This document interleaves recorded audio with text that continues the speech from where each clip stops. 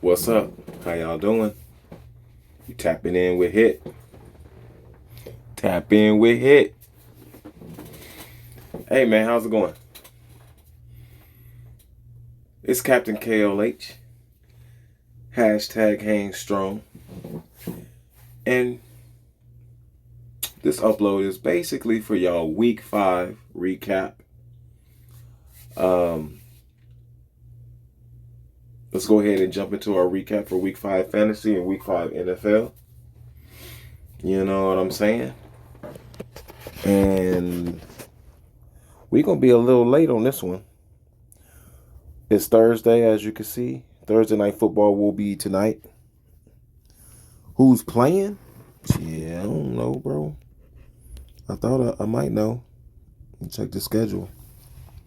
Should be the Commanders versus the Chicago Bears for Thursday night football.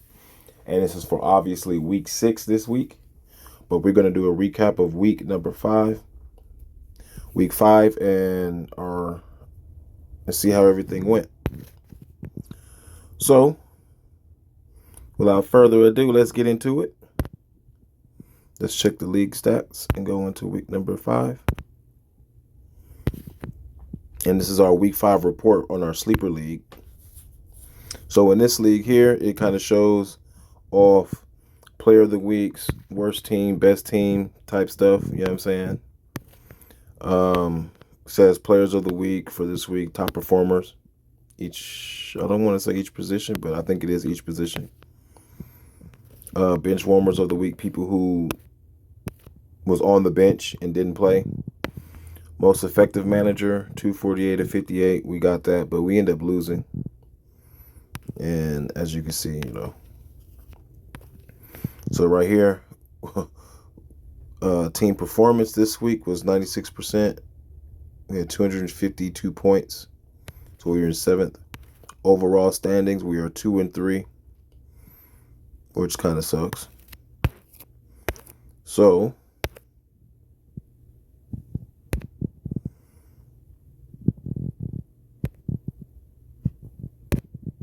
our matchup was right here.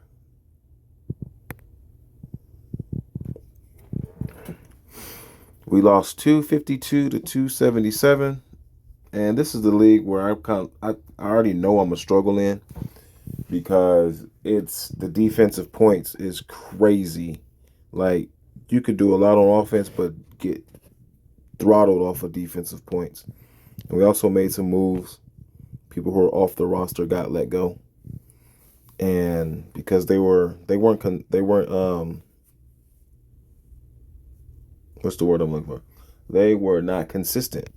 So I consistently kicked them the fuck off my team. Let me see. So in that league, we lost. We 2-3, whatever.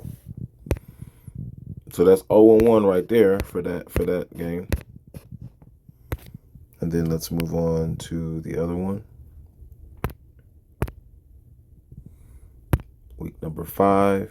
Get our report. Same thing. Players of the week, each position. This league here doesn't have defense. Bench warmers of the week. Most efficient. Narrow victory, 123.8 to 122. Team performance, we were 4th with 123. The highest of that week was 149. And as you can see here, I'm 5-0. Blah, blah, blah. Yeah, we undefeated. You know what I'm saying?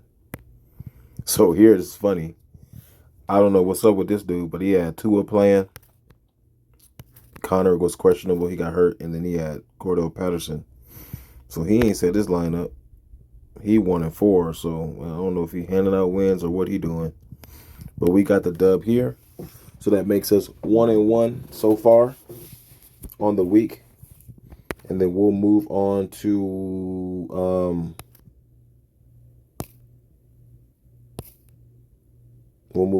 my ESPN league, my ESPN money leagues. All right, let's go there. So like I said, it's going to show week 6 right now, but this is a week 5 recap. So we're going to go to the team. We're going to go to week 6.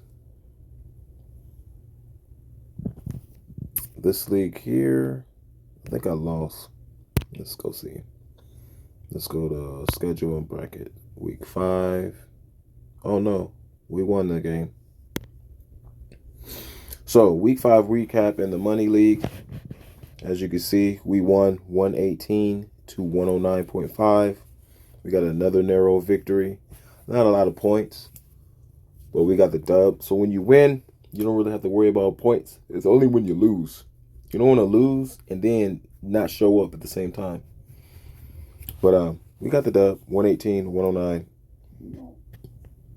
Napoleon Dynamite Harris is just really struggling. CEH is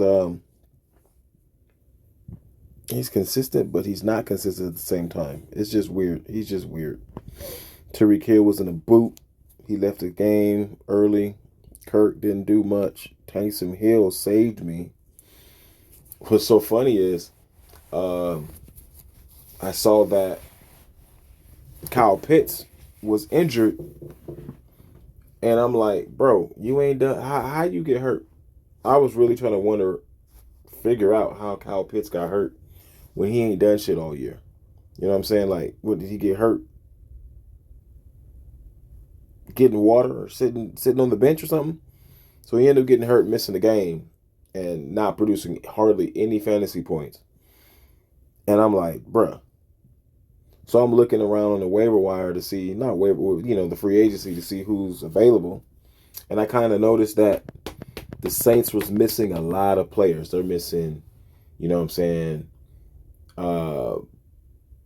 30 for 30. They missing Michael Thomas. I think Olave was out with a concussion.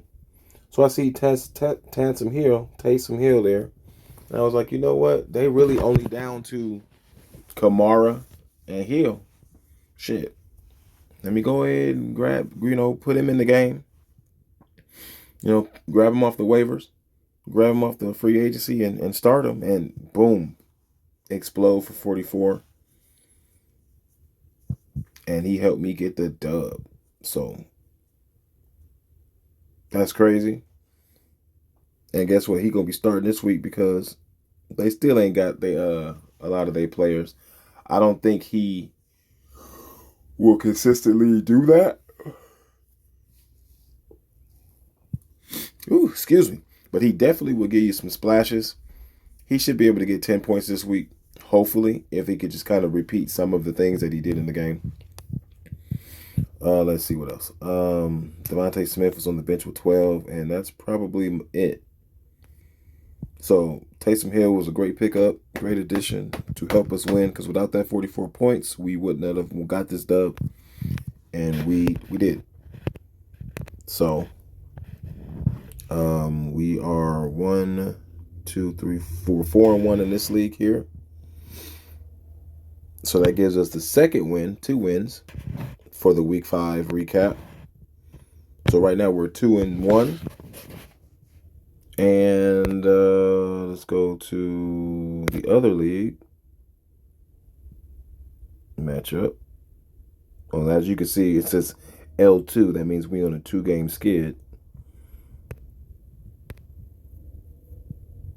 League schedule playoff. And we lost, 115 to 130. Was there a chance we could have won this game? Could have made it close. So I came to the conclusion, man, that when you got these handcuffs, it all depends. Excuse me. Let me give you this is my strategy tip. It really all depends on how worth these handcuffs are, man. If the team don't got any stock invested into them, like everybody got investments, because they're on the team, they're getting paid. But it's true value. Like Naheem Hines should have never been playing because he doesn't have no real value. He's just a drafted player who is probably an unrestricted free agent who's on the team and blah, blah, blah. Like, maybe a 7th round draft pick, whatever. Who cares? But at the end of the day, I took the approach of starting him thinking he was going to be like a Austin Eckler. No. What happened? He ended up getting hurt on his first carry, concussion, knocked the fuck out, and it hurt me. He should have never been playing. He should have never been playing at all. He should have never been in my lineup. That should have stayed Kareem Hunt right there. Pittman gave me 8. London gave me 3. Zach Ertz gave me 6. And I went ahead and streamed Dobbs, who gave me 2, because I liked his matchup, but he only gave me 2. Didn't like how that game was panning out. I watched that game and watched Aaron Rodgers just feed Cobbs and Lazard with Dobbs being wide open.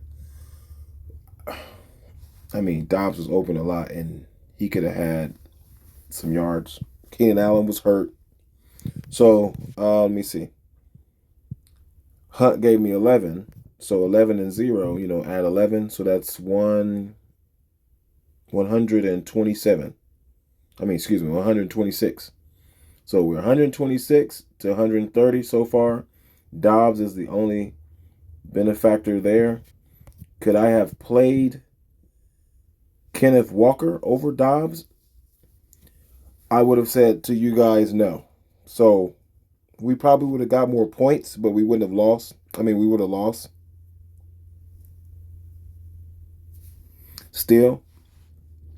Because even if I would have played DJ Moore, it only gives me 2 points. So if I played DJ Moore and Kareem Hunt, that's a total of 16 extra points. Take away 2 from that's 14 points. So 14, that is 129. So it would have been 129. Maybe it could have been close if we had a 0.5 some fucking where. I don't think anybody had a 0.5.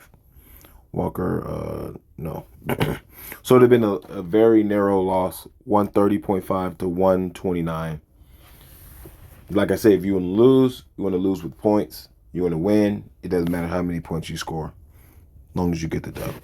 So on the Week 5 recap, we went 2-2. One league, we got a 2-game skid, which is this one right here. And, yeah, that's not good. Not liking that at all. All right. So let's go ahead and jump into the Week 6, which we are right now. Week 5 recap, the Falcons lost. So that gives us an overall Week 5 recap of 2-3, which ain't good. We started off going 3-1 at the beginning, first few weeks, and we kind of been tapering off. Now we're in the middle of the pack. 2-2 is the lowest for the 4 weeks, 4 different leagues that we are 2-2. So, but this week matchup or this week lineup, we got some buys. Derrick Henry's on the buy, just Detroit's on the buy in here from what we have. So we got Hunt. So we got to stream Hunt because we really don't have nothing else at the running back position. We really don't have nothing, bro. Like for real, nothing. Also too, let me know what you guys, if you see any players and trade options you see by my players that I have, and you should try to get such and such and such and such for this guy. Leave the comments and the stuff. Leave the suggestions in the comments below. I will kind of read it and kind of see if I like it or not. Just let me know. But as you can see, we got Kyler Murray, Hunt, Walker, Keenan Allen. We got to see if he plays. We don't know.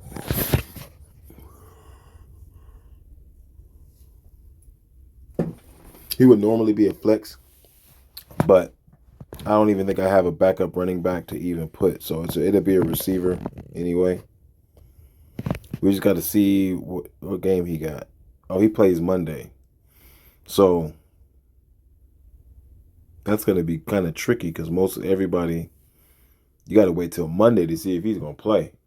And if he doesn't play on Monday, that's going to be scary.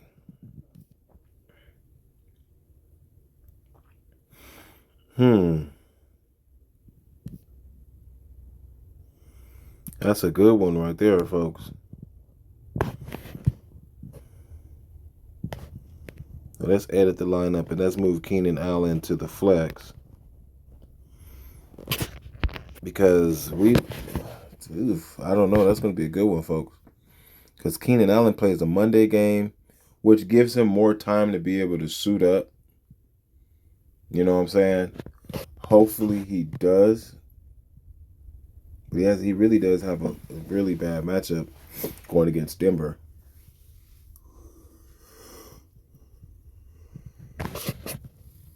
Whew, we might have to roll out Dobbs or London. I really not liking London. I don't know what's going on with Mariota. Like, I just kind of feel like, you got a first round pick with Drake London. And then Kyle Pitts is a former first round high pick, fourth pick overall, or fifth pick overall. And Kyle Pitts. And I don't see how the game script is going the way they are. Like, you got a lot of shit invested into these receivers, and you're a run heavy team. If you're gonna be a run heavy team, then you should have been getting linemen. So at least if you lack the production of a receiver, at least you could protect the quarterback, or you could have a better running game. It's either you're gonna, when you get a lineman, you're gonna protect the quarterback, or the run game will be a lot better. But you're investing in the offensive line. So you got these fucking high profile athletes, and you ain't fucking using them. That shit I don't get. Like, Kyle Pitts should be getting the ball thrown to him, and you use a first overall pick, first 8 pick for Drake London. You know what I'm saying? They should have, Drake London should, I kind of feel like Drake London, 39 attempts is not bad, but he should be over there with, that's decent. But then when you look at Kyle Pitts, he only got like, what, 20 targets. That's terrible. That's terrible. How does Drake London have more targets than Kyle Pitts? For one, that just doesn't make sense. Don't make sense at all. But we got Michael Pittman, DJ Moore. Man, DJ Moore is having a terrible season so far. Oh my goodness. And I think they're starting PJ Walker. And I don't know if DJ Moore. I am yawning a lot. I don't know if it's telling me to shut up or what. But excuse me again. DJ Moore might have PJ Walker the starting quarterback, and I don't know what to tell you. They fired Matt Rule, so I don't know what to expect out of this offense. I really don't know what to expect out of Drake London, so I can't really put Drake London in. It's like a crapshoot. So I'd rather go with the more. I know for a fact that Mariota's not force feeding Drake London or Kyle Pitts. He ain't done it in a minute. Could PJ Walker get in and force feed DJ Moore? I think he can. You know what I'm saying? I think he will. I don't trust either one of these quarterbacks, and I'm starting not to trust either one of these receivers as far as, DJ Moore and Drake London. So I'm really iffy about them. And then I'm also iffy about Keenan Allen. So it's like I got 2 receiver positions that I'm iffy about. I don't know if I should play him or sit him. I got Corey Davis going against Green Bay. And then I got Romeo Dobbs. What you guys think? Should I just sit Keenan Allen, sit DJ Moore, sit Drake London, and just roll out Corey Davis and Dobbs? Because,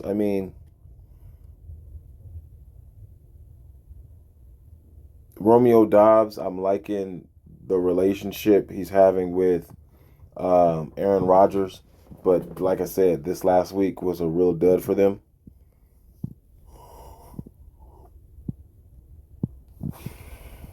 But it should get better. And then as far as Corey Davis, I mean, he's 29 targets. He ain't got a giant target share. It's he off and on, off and on. So he could be on this week. This would be a good week to play him. At least, you know what I'm saying? Could be a good week to play him, stream him, because do I really have a go-to? But then, it does say that, and he does have the fifth hardest schedule, well, game versus Green Bay Packer defense. And he has Zach Wilson as his quarterback. So I don't know how much could you play into the rankings so early in the season. I don't know. But let me know in the comment sections below. Should we go ahead and just roll out Romeo Doubs and Corey Davis over DJ Moore and Keenan Allen? Shit, I mean, Michael Pittman he's even struggling. Like, my receiver selections here is like really, really, my receivers here is really, really bad. Like, I'm not even going to front it. Like, DJ Moore is underperforming. Michael Pittman Jr. is underperforming. Even Pittman's underperforming. And Keenan Allen ain't performing at all. Then you got Romeo Doubs.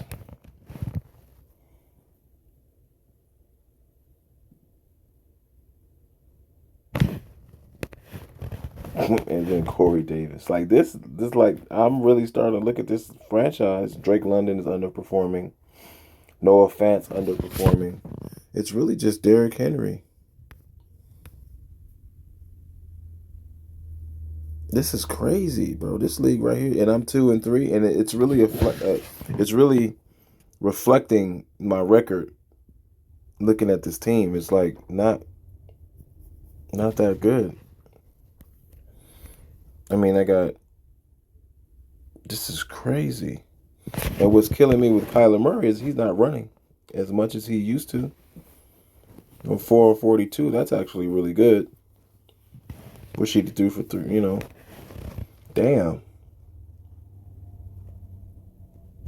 Well, so let's go ahead and look at the matchup this week, who we play against. This guy is 4-1. We're going against Josh Allen, Kyler Murray versus Josh Allen. We got Hunt and Walker versus Robinson and Eckler. That is not a really good stack there. Got DJ Moore versus Sutton, Amari Cooper versus Pittman. Travis Kelce versus Zach Ertz. Isaac McKenzie and Keenan Allen, if he plays. I like that. That's probably the only matchup I can see myself winning besides... Damn, that's really it. Dexter Lawrence versus DeForest Buckner. Hunter versus Highsmith. I think I got Chubb. Hunter does really well, but he's just not. He's getting the tackles, but he's not getting the sacks. He plays Miami. What do I think about him getting after they're going to be rolling out a rookie quarterback here in Miami. So should he get after the quarterback? I think he should. Will he? When you look at the games he should get after the quarterback in, he doesn't really do it.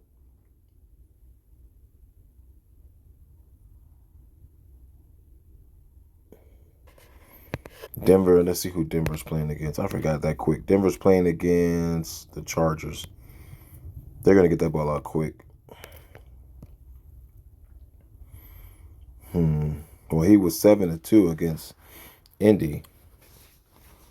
7 tackles, 2.5 sacks, which is really good. But he kind of goes off and on. He's not really as consistent.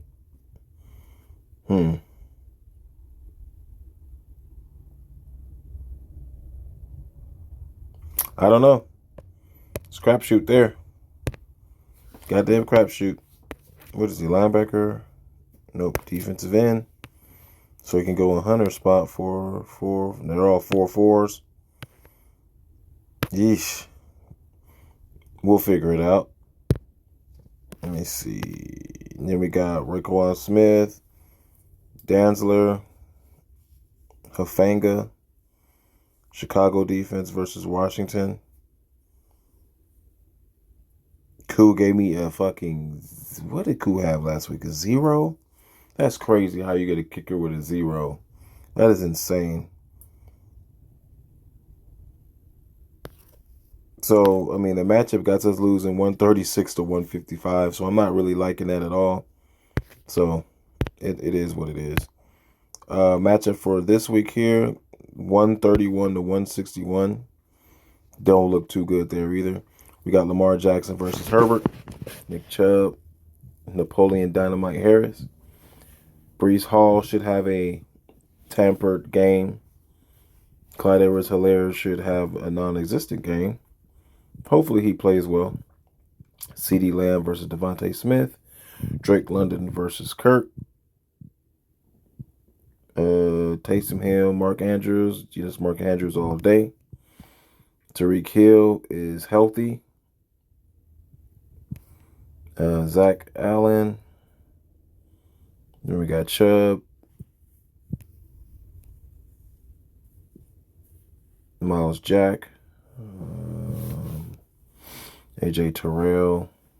I'm not liking AJ Terrell. I might have to swap him out. Baltimore defense versus New York Giants and Myers, Nick Foles. So this should be a good game. I don't know if I'm liking the AJ Terrell against San Francisco. But, you know, what you call it is really good at throwing interceptions. Let me see if I have another DB.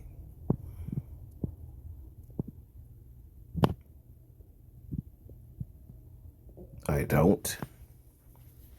I do not have another DB. Can I make room for another DB? I could do Hubbard. I could drop Matt Ryan. But we got to keep Matt Ryan for that bye week. Because we won't have no other quality quarterback if we don't. Not saying Matt Ryan's a quality quarterback, but we would like to keep him.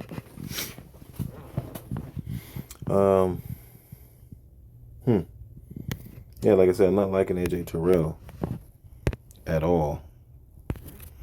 So let's see what type of players they have in the cornerback position.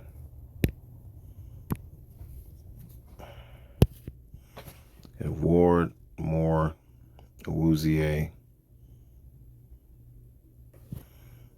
Let's go scoring. Last game.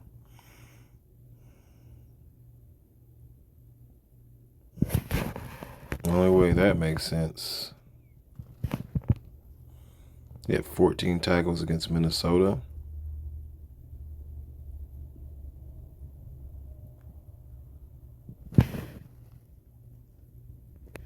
Damn. Okay, I think he had an interception. And 10 tackles. Pittsburgh.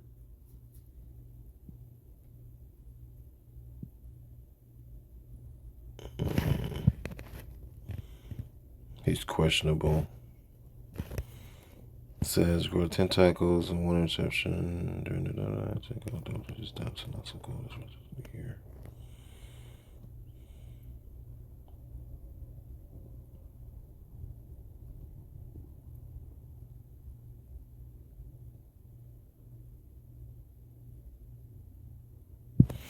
Well, let's stream him. Let's put him in over, I'm going to put him in over AJ Terrell. He's position ranked 36. He's already questionable, so that's going to suck. But we'll put him in over Terrell. I like him over Terrell anyway. So, see how that goes. Anyways, let's get back. There's not a lot to even really. So that is the recap for week 6. Moving on to week 6. That's the lineup and everything.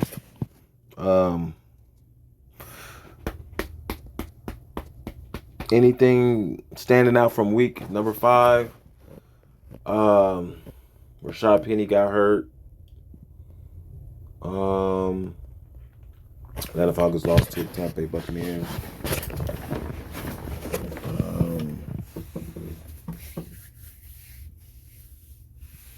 The whole, Dak Prescott and Cooper Rush. I think they should roll out Cooper Rush.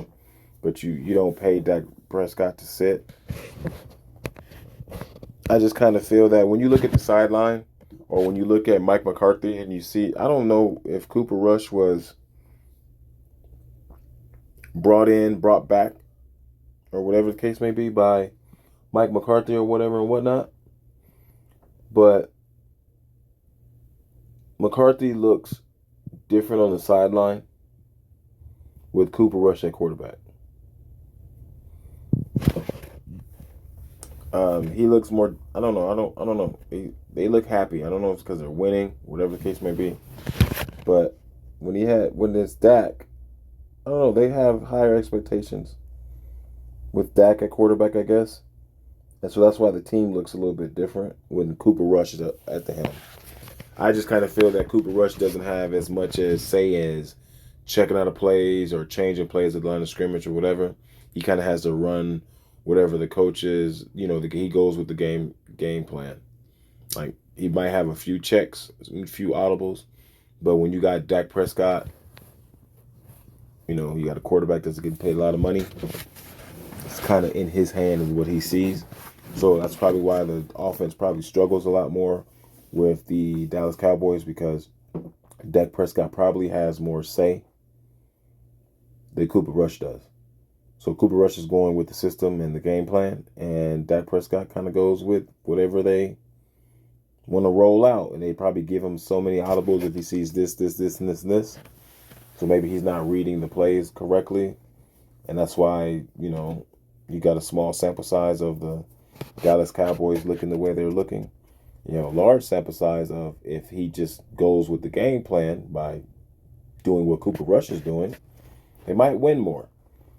So, I don't know if that'll get acclimated into it if Dak Prescott comes back. And I just kind of feel that if it's the Cooper Rush's job to lose if he loses 2 games in a row. Like, let's say he plays it, Dak Prescott's healthy, he's back, ready to play. Cooper Rush is still undefeated in a sense. You got to play Cooper Rush. If he loses that game, you got to give him one more game just to define it. Because they're playing the Eagles this week. I don't see them beating the Eagles. I don't see them beating the Eagles.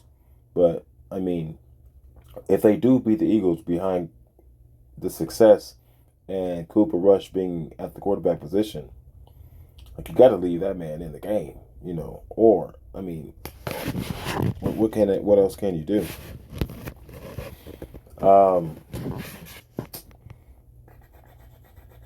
What else? And I'm not saying leave them in the game so they can lose, because they're clearly winning. So that's not like a hate on the Cowboys, even though I hate the Cowboys, but that's speaking positively. Can't even get that out because I'm speaking about the Cowboys. But you got to play. Like, if you're winning, you got to, if it ain't broke, don't fix it type mentality. If it ain't broke, don't fix it. So that's that with that. Any other news? I don't like how the media and the reports with Lamar Jackson and his contract situation, and people talk about certain things and pulling a race card or moving the goalpost. You got to understand this. This is what I want to see. This is what people got to understand. You got to understand this. Lamar Jackson has been in the league for 4 or 5 years, right? He's on his rookie contract. He's probably going to get franchise tagged, whatever the case may be. Okay. Well, you can't use race for why he's not getting paid or why he's not a successful quarterback or, he's viewed a running quarterback because of his race. Like, you can't pull the race card on Lamar Jackson because you got Russell Wilson who's won a Super Bowl and you have Patrick Mahomes who's won a Super Bowl and other black quarterbacks in the NFL that have won Super Bowls. It's just simple. It's not because he's black. It's not because of his race at all. It's just the style of the type of quarterback he is just does not work in the end. It works, but it's not going to get you a Super Bowl. It's not going to win you a Super Bowl. You don't think Lamar Jackson and Michael Vick were not the first run-happy fucking quarterbacks. It just didn't start with those two guys. There have been plenty other examples of running quarterbacks that it just does not work. That happen to be African American people half the time or a majority of the time. So what? So be it. Just the style of quarterback does not work. And let's say how people always say, "Oh, you want to move the goalpost about Lamar Jackson." Ain't nobody moving shit. For one, I think he's a terrible quarterback as far as throwing the ball. Period. He was terrible in all phases in his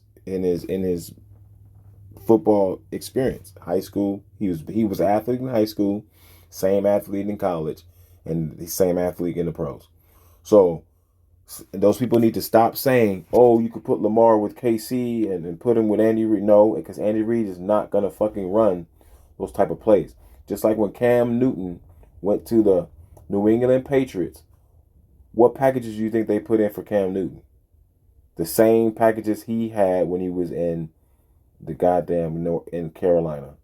They didn't run the regular offense that you saw Brady have. No, the fuck they did not. So what plays do you think they ran? They ran the same type of style of offense that he was comfortable with when he was in Carolina.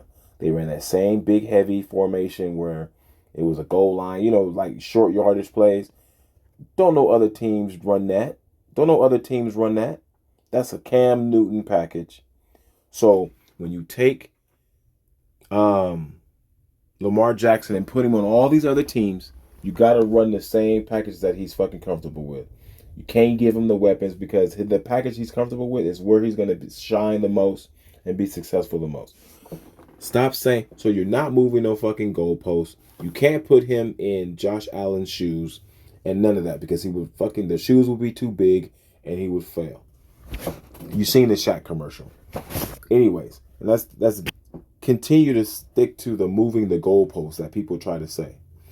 If you look at his stats and just quarterback stats alone, talk about moving the goalposts.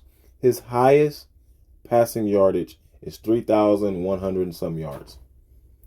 If you look at all the quarterbacks, if you look at the Mitch Trubisky's, Daniel Jones, Mariota, these are starting quarterbacks now. A lot of different quarterbacks, right? Big Ben, even though he's out of the league. You can look at Sam Darnold. All these quarterbacks who their pinnacle seasons, their best seasons, and these quarterbacks aren't good. Their best season, guess how much passing yards they threw for? 3,000 and around 3,001 yards, 3,100 yards. So, and they're mediocre quarterbacks. So, if your quarterback only throws for 3,100 some yards in the full 16-week season, even though we got 18, 17, with the bye, and they can only throw for 3,000 yards, they fucking suck.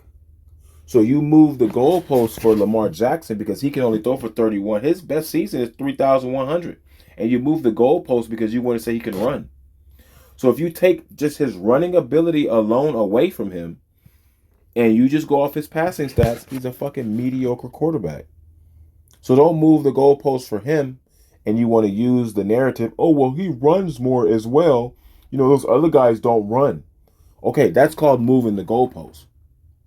Because at the end of the day, the stat line for him being a quarterback throwing the ball, if he throws for one motherfucker 3,000 yards, you're going to be like, okay, how many games he played? Damn, he played all of them? And he only threw for that much?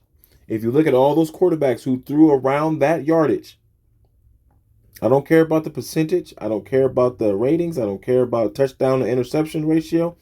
I'm just strictly talking about attempts. And because he didn't even have that many attempts to even, he shouldn't even be like, he didn't even have that many attempts. So you can't pay this man as a fucking top quarterback, and he doesn't even have top quarterback stats. Like his fucking stats are his rushing ability. He's a running back. So you paying him as a running back, or you paying him as a quarterback? So when I tell you, when Jimmy Graham was killing the league, and he was trying to get paid as a receiver, because receivers make way more fucking money than tight ends do. He wanted to be paid as a receiver. Oh, that's a whole nother situation, a whole nother position. Well, motherfucker, we know that. That's not the point. The point is he wants to be paid as this, but he's not that. So the point with Lamar Jackson is he's not a top tier quarterback, and he's getting a lot of his success off running the football. So he's a running back, but he wants to be paid as a quarterback. But he don't got quarterback numbers. And I'm sick of this MVP shit, unanimous bullshit. I don't even care about that. MVP is biased anyway. Because how you know the MVP is biased, it's very, very fucking simple. It's the overall team success at the end of the year. So after week 18, the MVP is going to be the person who is on the best record team. So if you have a team that is 15-2, 14-3, and that's the best record, whoever is leading their stat category, if it's a quarterback or a running back or a receiver, they are going to win the MVP award. It is not even predicated about what they really did during the season. Now, they're obviously going to have some very good stats because their team is fit, but it's an overall agenda. When Lamar Jackson won MVP, the Ravens were 14-2. And you got a fucking guy who threw for 3,000 yards, who had 290 passing attempts. And then you want to say, oh, well, he had 36 passing touchdowns. He led the. Well, if this is your MVP, and looking at the quarterback stat alone, that's a down year. Aaron Rodgers did not win MVP. When Aaron Rodgers won MVP, he has some freakish numbers when he won MVP, or he threw close to 5,000 yards. But the point that I'm making is the Green Bay Packers had the best record. So, don't matter who it is. Just like when the Rams with Jared Goff and the MVP went to Todd Gurley. That's because not only was Todd Gurley had some nice stats, but he had 1,600 yards rushing, right? They only lost 2 games. They had the best record. Now, overall team success matters for the MVP. So their defense was lights out. Their defense was killing. Their offense was killing as well, which gave them the trifecta, even their special teams, because they had Greg the Leg Zuerlein, who was helping them win games, blah, blah, blah, blah, blah. So they had the best record. So MVP. So what I'm saying is this. If you had 5 teams with the same record, we'll just say 10-6. And you got this team that was 14-2. The 14-2 person gonna win the MVP. Period. You could the 10-6 teams could have a guy that went bonkers. He not winning MVP. It's gonna go to the guy. It's gonna go to the person who's led the team with the best record. It's gonna start off that metric alone. It's gonna start off the best record. You can't find me one MVP in that season, and they didn't have the best record.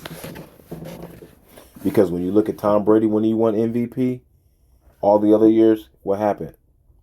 One of the years he were undefeated. When they went undefeated with Randy Moss, he won MVP. He went undefeated. He won MVP. So, fuck those stats that Lamar Jackson had. Lamar Jackson can duplicate those same stats that he has right now. I mean, that he won MVP in. Let's say at the end of the season, right? Lamar Jackson rushed for 1,200 yards, had 8 touchdowns, whatever. He threw for 3,200 yards. Similar stats. And they ended the season 11-6, right? So you kind of figure if he has the same stats in his MVP season, he should win MVP again because he won it that year. But let's say Josh Allen went 13-3 or 13-4 or 15-2, right? He's going to win MVP. And his stats will relatively be not even better than Lamar Jackson's. He's going to win MVP because he has the best overall record. So the unanimous bullshit, I don't really care about, because when Peyton Manning won unanimous, that's because they went undefeated. Well, unanimously they're undefeated, and the success is predicated off of Tom Brady, even though Randy Moss probably should have won MVP because he helped break those records as well. Because their overall success didn't happen until Randy Moss actually came to the New England Patriots. So if you took Randy Moss out of that picture, are they undefeated? Is Tom Brady breaking these records? Is Tom Brady, you know what I'm saying? No, I would say no, he's not. So the most important player or piece was actually Randy Moss, but they gave it to Tom Brady because they're going to always give that to the quarterback any fucking way. So if Lamar Jackson duplicates his stats and stays healthy and plays, regardless if they win or lose, nobody care, and he records the same similar stats he did his MVP season, and their team don't have the best record in the AFC, he's not winning MVP. So that's going to tell you right there, oh, well, wait a minute. That should tell you something. They need the best record. So whoever has the best record, they're going to take the best player with the best stats on that best record team and crown that person MVP. They do it every fucking time. They do it every fucking year. And so that year, the Ravens lost like 1 or 2 games. I can't really remember. So you're going to give Lamar Jackson. I mean, I ain't saying that Lamar Jackson didn't deserve MVP. Not saying that at all. But there were other quarterbacks doing just as much as he was doing. They just happened to just lose more games. If you put Deshaun Watson's stats the last time he was on the Houston Texans and put his stats on a winning team's record, he's winning MVP. Because Aaron Rodgers won MVP that year, and fucking Deshaun Watson was way more efficient and had a better QBR and a better completion percentage than fucking Aaron Rodgers. He threw more yards than Aaron Rodgers. His touchdown to interception ratio, I think, was probably better than Aaron Rodgers. And you figure, and he only won 3 fucking games. How is he this efficient and only winning 3 games? And people want to say garbage time. Bro, he played from the first quarter to the fourth quarter, garbage time or not. Like, he's not the reason why they're losing. Because you can't use garbage time. Because he only threw 8 interceptions. So, garbage time my ass. He's protecting the ball. Defense is just giving up ass. Like, their defense is just trash. He's actually handling the offensive part of the game because he's balling out. Josh Allen was balling out. But Aaron Rodgers won MVP because they only lost 3 games. They were 13-3.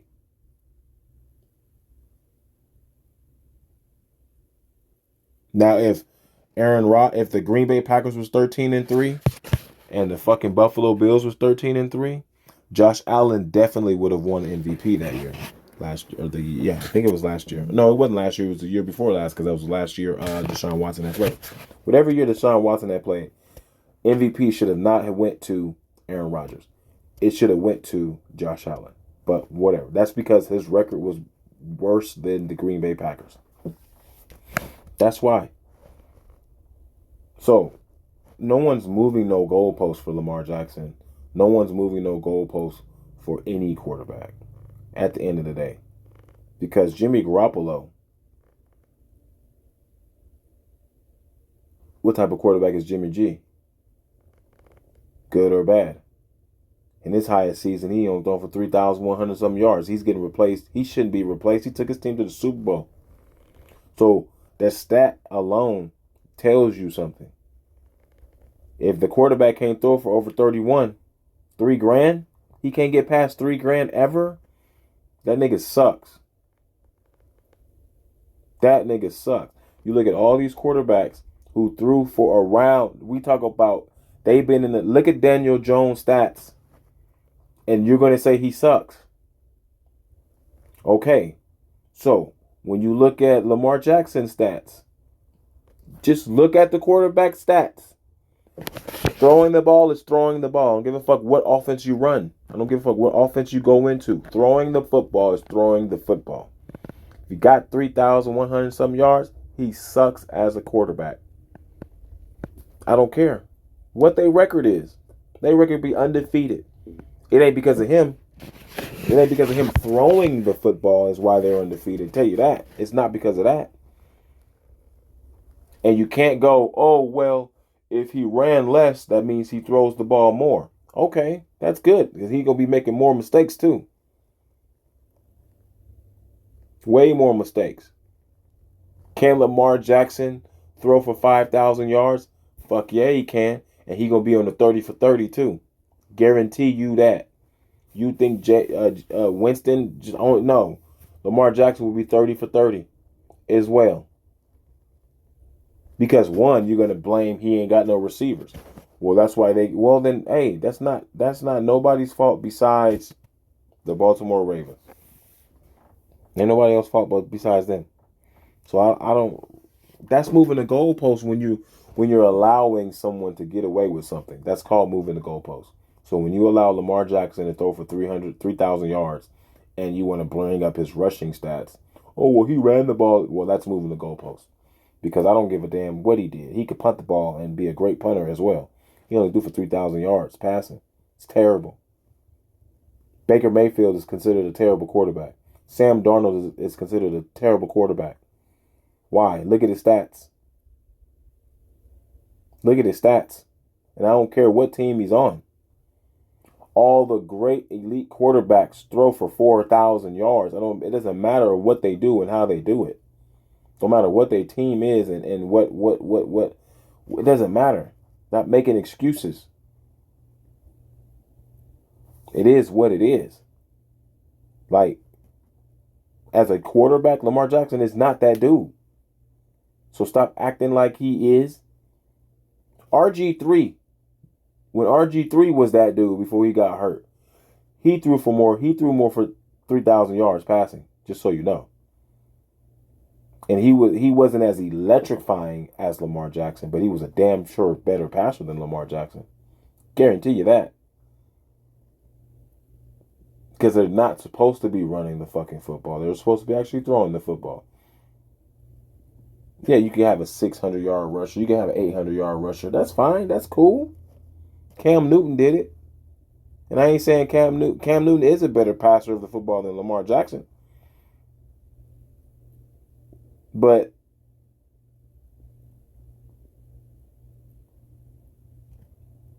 at the end of the day, what did it get you? At least Cam Newton went to the Super Bowl.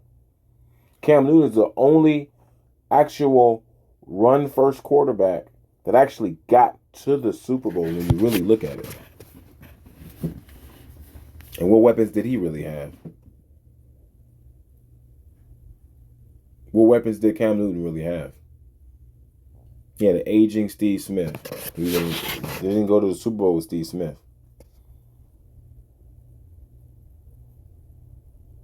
So come on. Cam Newton was probably the first actual, and he got there because he's way bigger than Lamar fucking Jackson. He's able to take hits. He's actually able to throw the fucking football. He's actually able to throw the goddamn football. Now, how he threw it, that shit was ugly coming out. He had like this ugly no look pad. I don't know what the fuck that shit was, but I don't care. That's a long rant anyway. So that's the let's go ahead and finish this off. We talked about the NFL and everything else. I'm really sick of having the same talks every week, but some people just don't get it, and they never gonna get it. So that's the week 5 recap there. We're gonna move on to week 6. In this league here, we're 6-0. Or 5-0. We're 60% winning percentage versus a 1-14. Don't know. Let's see. Let's go through. He has Russell Wilson. He has Antonio Gibson, who plays tonight. I got Nick Chubb, Dalvin Cook, Michael Pittman, DK Metcalf, Samuel, Fant, Clyde Edwards-Helaire, Kareem Hunt. He has Walker on the bye. I'm pretty sure. Hopefully, he subs that shit out. He don't even got a tight end. We got Allen Robinson and we got Amon-Ra St. Brown on the buys. I also have Keenan Allen and Julio Jones. Julio Jones is definitely not playing. But if Keenan Allen plays, I'll probably throw him in for the Clyde Edwards-Helaire game. I don't know. I might do that or I might sit Samuels. It's either Clyde Edwards-Helaire or Samuels that'll get set down. But for the most part, I kind of want to just leave Keenan Allen on the bench because he does have a Monday night game, and I don't know. I'm not feeling it right now. Here we're 2-3 on the skid with a 1-game losing streak, playing against a 5-0 team. This team is actually really good. Our team is really pretty good too. We got McCaffrey, Sanders, Mike Evans, Thomas, Taysom Hill, Brian Robinson. We're gonna go ahead and we're gonna stream him this week versus Chicago. We got George Pickens. Then defense wise, we got Allen, Sweat, Wilson. Kind of want to move Wilson now. Wilson hasn't been giving me the tackles like I've been wanting. Evans, and then we got bye week with Adams, Cooks, Chark. Nico Harman will probably never play. We got Terry McLaurin, Scary Terry, and Kyle Pitts. Injured reserve, Cordell Patterson, and Deshaun Watson. So, Kyle Pitts is going against the San Francisco 49ers. I like the San Francisco 49ers linebackers versus the pass against Kyle Pitts. I don't. Nah. McLaurin versus Chicago. I'm not liking that matchup. And I'm definitely not playing Allen Robinson. He's going to have to show me. I'm going to have to miss his points. So, McLaurin can play. Where can he go? I'm going to...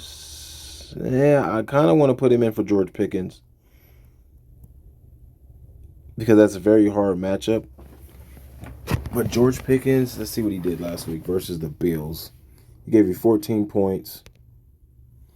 Yeah, 80 yards and 6 receptions. 83 yards and 6 receptions.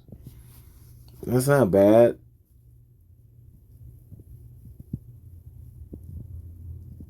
See, Tampa Bay at the end of the day will run the ball and grind you out, where the Buffalo Bills will just airing the shit out on them. Like, it's going to be different style of game. So, that's a different game. It's a whole different game. So, yeah. Michael Thomas is questionable. So, that's kind of a spot where he could be.